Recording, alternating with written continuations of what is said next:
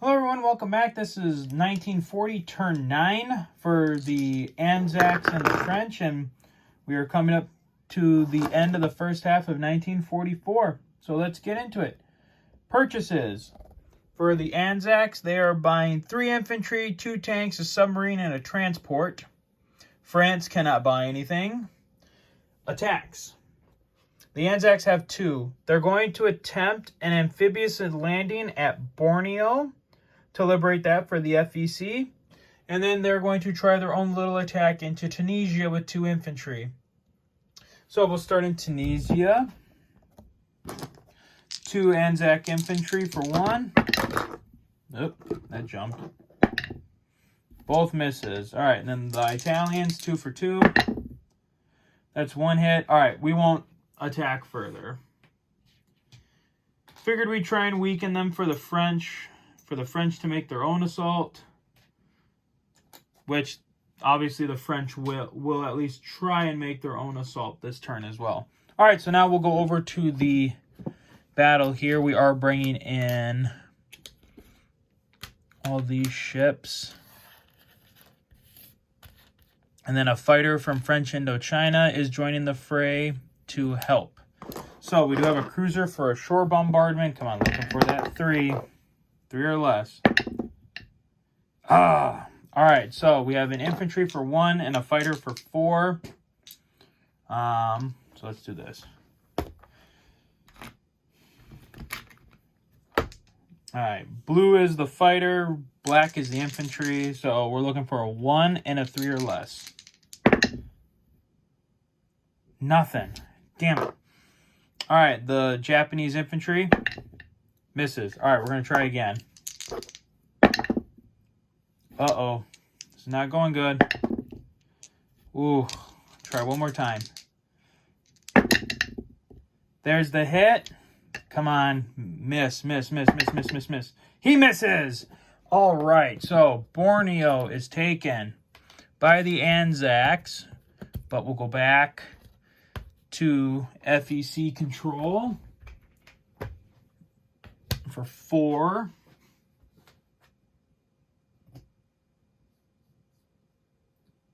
All right, whoops.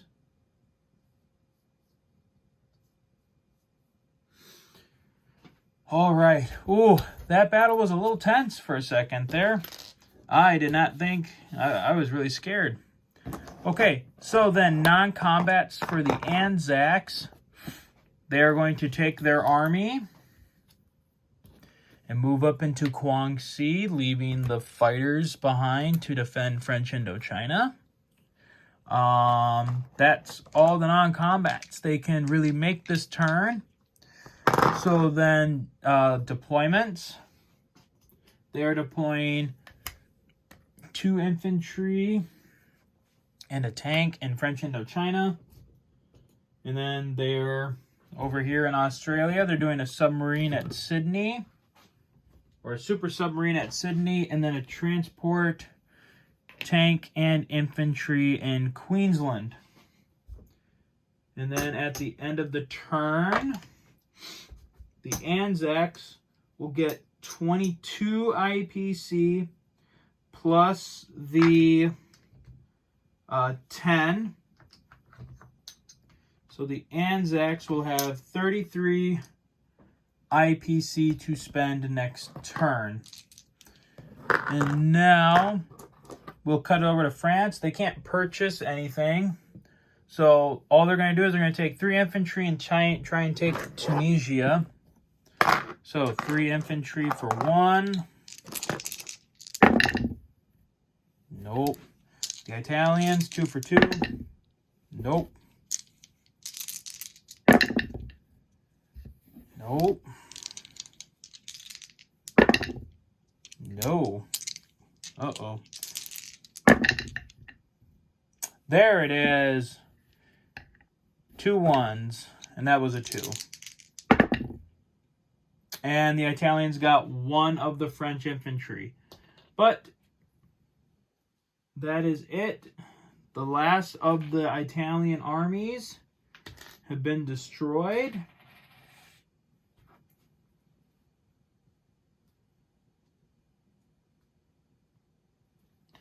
And now, let's see here.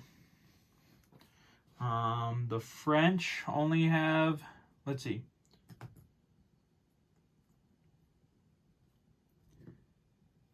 Crap. Sorry, guys, I'm just trying to fix something here quick. Okay, so non-combats for the French. This guy in Tobruk is going to Libya.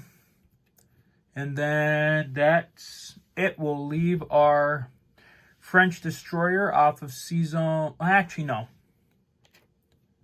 Well, there's no point. Oh, shoot.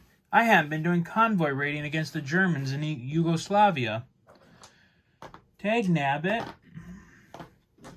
Well, I'll have to remember that I have to try and remember that for next turn.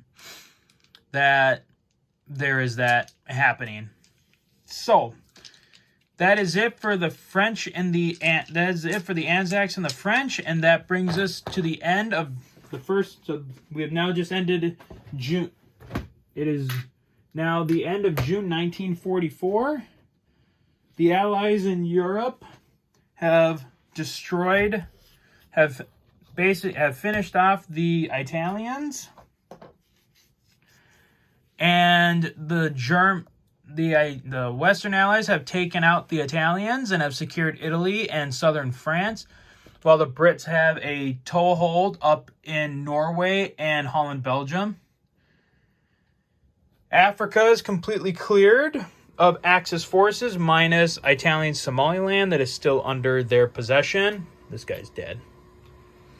In the Middle East, Britain holds complete control.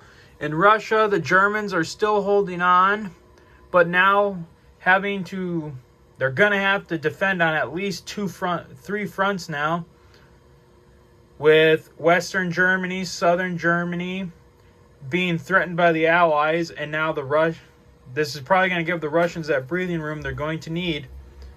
Meanwhile, in Asia, Russian and British forces are continuing to help liberate Chinese territories, though Mao owns the majority of the territories at this point. The Far East Command was able to liberate Hong Kong, so that's good for them.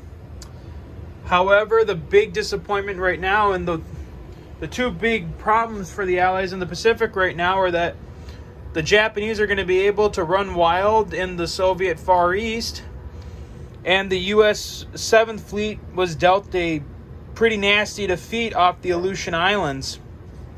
So we'll have to see what Japan does next turn to see if they can either capitalize off the attack or if they're going to have to